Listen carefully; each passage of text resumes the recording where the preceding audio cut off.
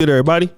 It's your boy, O'Shea Duke Jackson, back at it again with another episode of the Celebrity Junk. Boy, 50 Cent is nobody to be played with. And again, I thought he was joking when he was talking about, making this Diddy documentary. But of course, he's not playing. He is actually serious.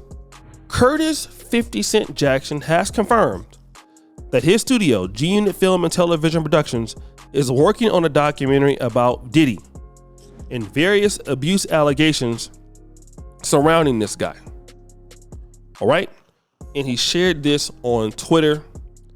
And many of you guys want to know my thoughts. Firstly, let me talk about this. All right. Entertainment, like any other industry, is cutthroat. Players are there. There's a lot of opportunity for everybody. But again, the larger you are, the bigger people want to come for you. All right. And there are other players in the industry that have kind of been pushed out. Russell Simmons has been one. Bill Cosby, another. R. Kelly, another. Right? Harvey Weinstein, another.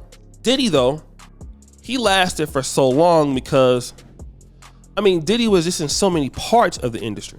Revolt and Bad Boy and clothing, so a lot of folks was kind of afraid to talk. But now people are spilling the beans on Diddy every time they get, every chance they get. All right.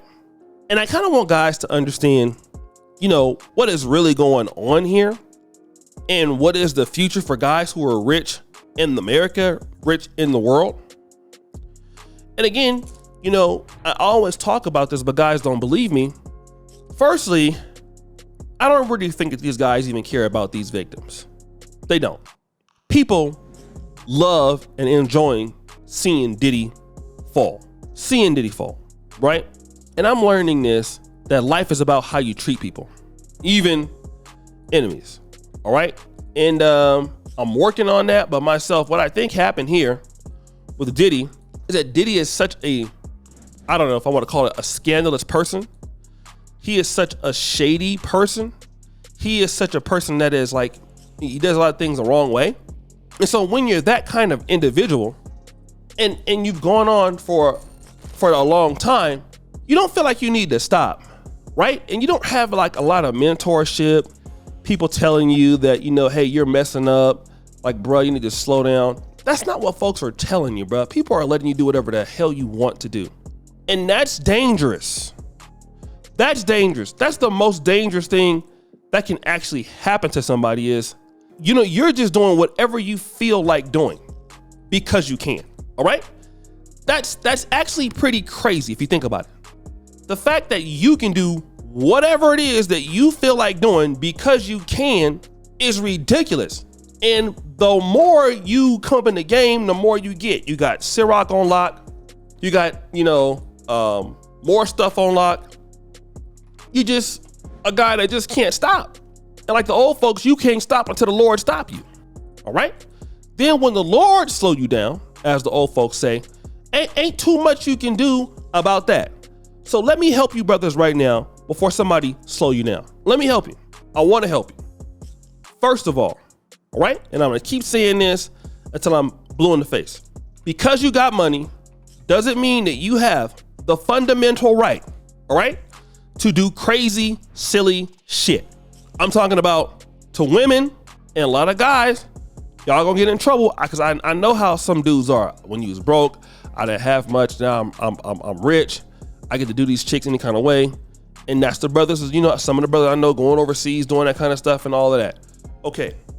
You're gonna make some money when you make mistakes when you first get some money.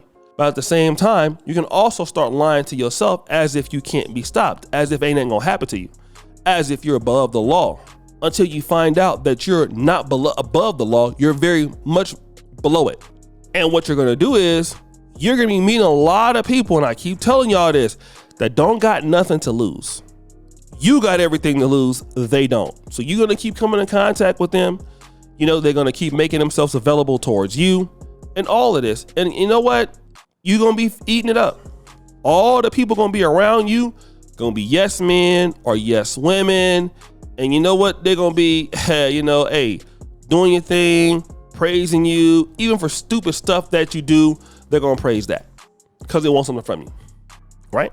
The women you come across, especially in the entertainment industry, it's not gonna be, this is not every woman, but they're gonna be a lot of them making themselves available to you. You know what I mean when I say available? Use your mind, all right? Available. Anything that you want to do.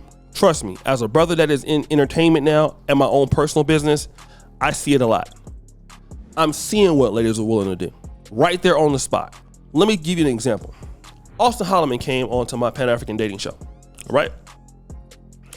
He had just got through filming it. I brought him a bottle of red wine, just kind of like maybe loosen them up. By the time I got there, they'd already finished. One of the best episodes we had this year on the channel. Austin comes in there. I'm like, you good? He's like, yeah, man. So I'm talking to him, and if he is anywhere around, he'll tell you. So, I'm there. I'm like, how was it? It was cool. It was different, but it was cool. I kind of like it or whatever, right? No problem. So we just going back and forth talking about it. Some lady comes up to me, and the lady says, O'Shea, I am so in love with you. I'm like, what? Now, this is the truth. I've never met this girl before. She was just somebody that was on the staff, that she was one of the dates there. And she was just like, I love you a lot. I just love you. I'm in love with you. The whole staff, we sitting there or standing there in complete shock because I'm thinking that she's crazy as hell. If I wanted to go upstairs, because we were doing this shooting in a studio, but they had it upstairs. If I wanted to go up there and start get my booty clapping sounds off, it wouldn't have been no problem. I would have been able to clap it up, right? But here's what you're not thinking about. If somebody want to start calling something else, they're not going to talk about the fact that they were willing to do anything in your DMs. They're not going to say that. She would never say, yeah, I was throwing myself at you and everything. I wanted you to pay attention to me and everything. No, she's never going to say that. You're not going to hear that. If she comes out and says anything publicly, he's aggressive, he did this, everybody's gonna believe her. It don't even have to be that true. She's gonna come out there and say that and forget to let everybody know that she was trying to do X, Y, and Z with me. Of course, she's never going to tell that. Never gonna tell that. That's never going to be mentioned in the conversation. That she was trying to let me clap cheeks. But because you're rich and because you got money, you're gonna have to take that L. And what did I do? And she wasn't that bad looking. She was all right. I got the hell up out of there. You know what I mean? But so many guys, they get a business, they get opportunities, chicks trying to date you from your business. Then you start, doing silly stuff like sleeping with them. And then when you're doing that, you're just cutting your own water off. It's like, how dumb can you be? You're cutting your own water off completely. So, you want to be the king of the castle instead of trying to live for the day. Every booty ain't yours. And I keep telling these guys, especially the ones that y'all are hiring in y'all's company, stop hiring women that you're trying to sleep with in your company. Don't ever do that. So guys, what do you think? It's your boy, Shake Dude Jackson. Back at it again with another episode of The Celebrity Junk. I appreciate for all you to subscribe the bell. We're out.